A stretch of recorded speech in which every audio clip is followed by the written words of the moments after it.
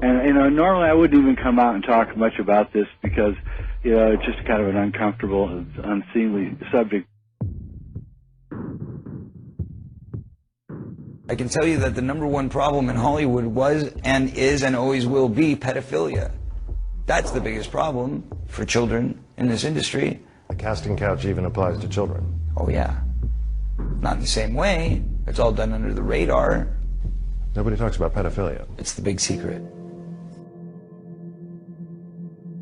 I've talked on the show before about how I came to the belief that the people running Hollywood were these insane pedophiles. And then just a few weeks after that last appearance, Corey Feldman came out, and the actor, and said pretty much what I had been saying, even though mine was just coming from looking at the evidence and not from any personal experience.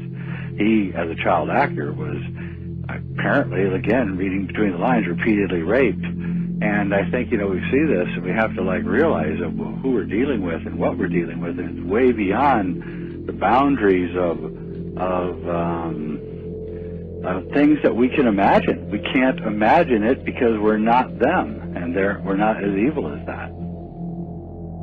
No, I agree. I was surprised Feldman came out with that. No one followed up on that. I mean, everywhere you look, pedophilia is being institutionalized in our society. That's the point. Yeah, the French now have introduced lingerie for little 5-year-old girls. I mean, it just, there's no end to it all. Pole dancing kits for 5- and 6-year-old girls.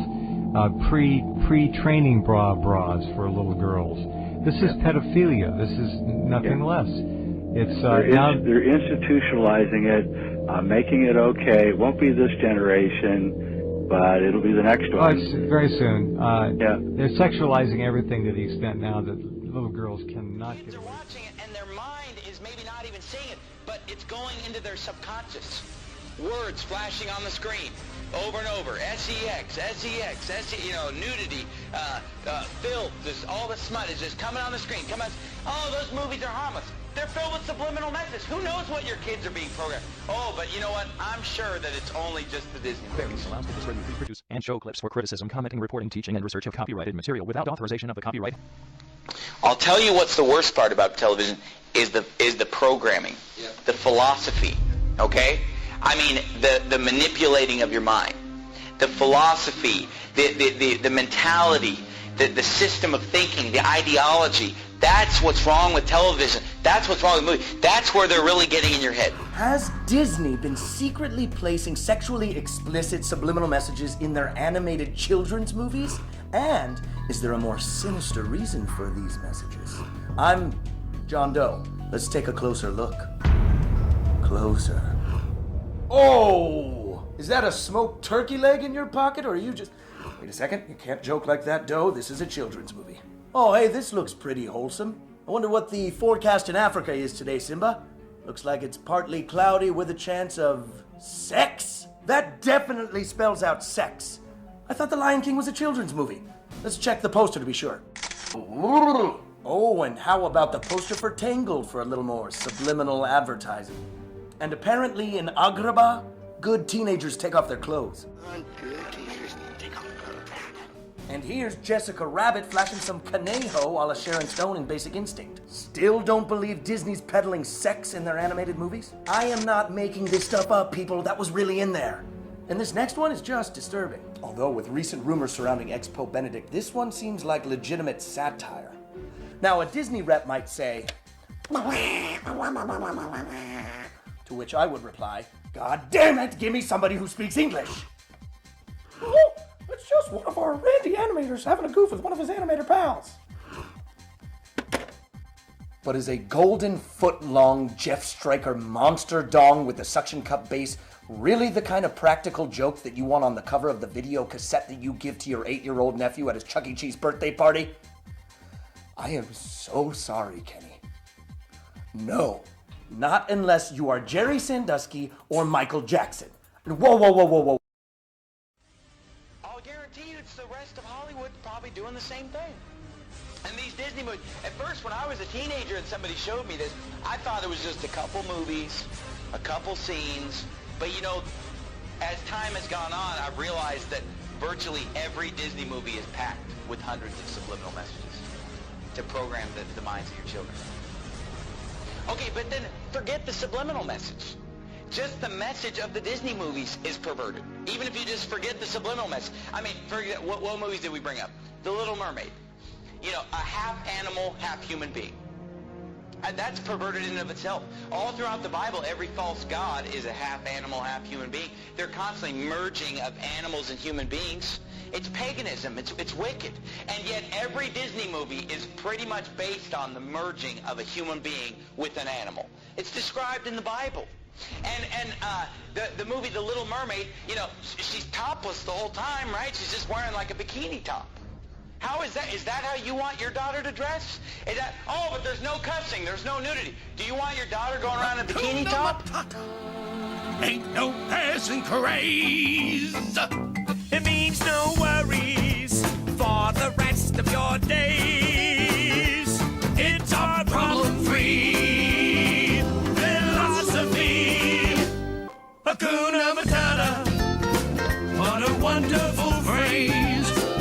Hakuna Matata, ain't no...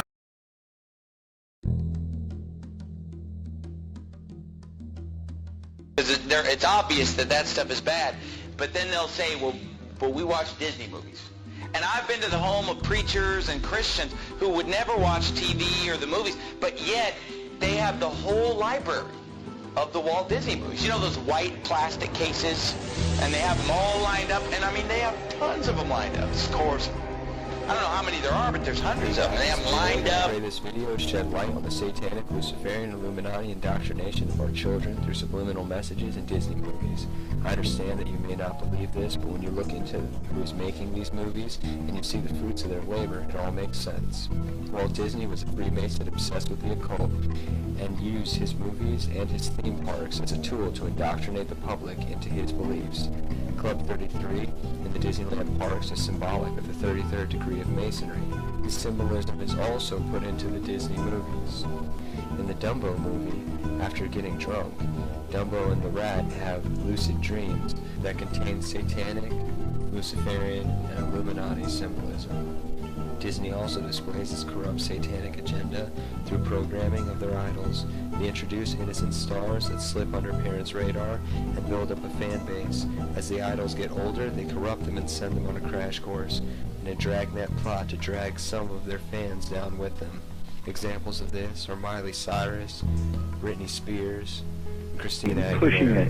Pushing it, and giving us Lady Gaga and everything. It's a complete destruction of the psychosexual mind of children.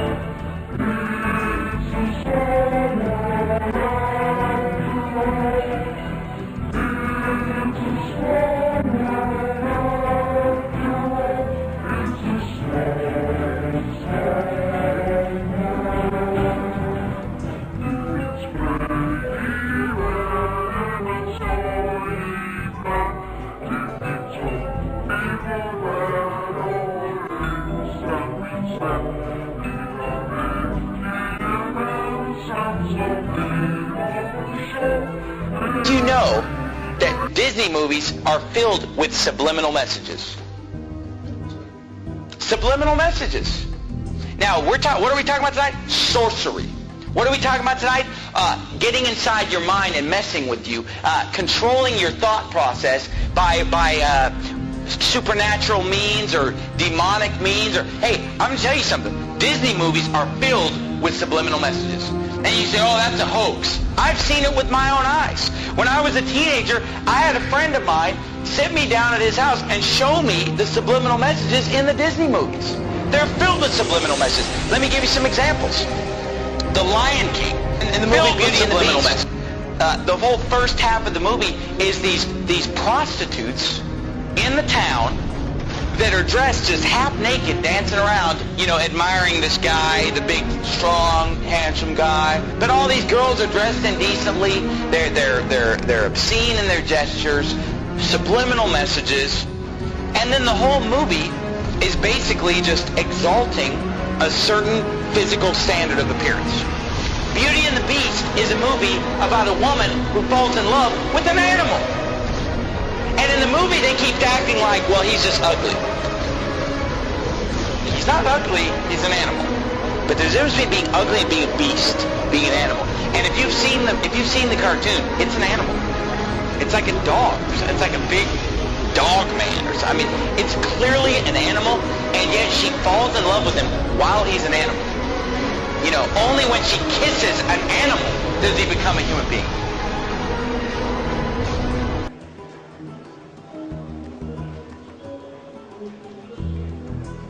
They say they don't make things like they used to, and when it comes to cartoons, they apparently don't. Take a look at this master cut of what used to be included in Looney Tunes reruns.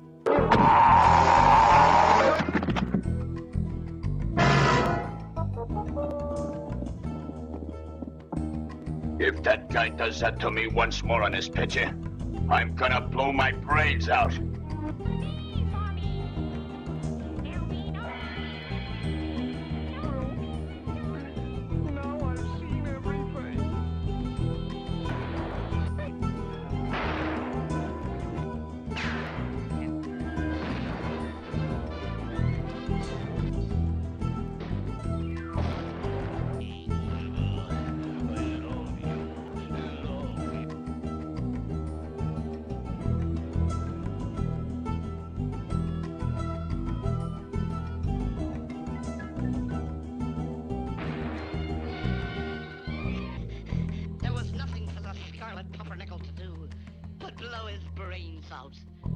Which he did.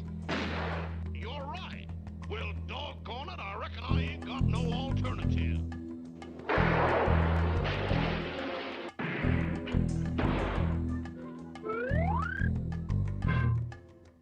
Goodness, I didn't want to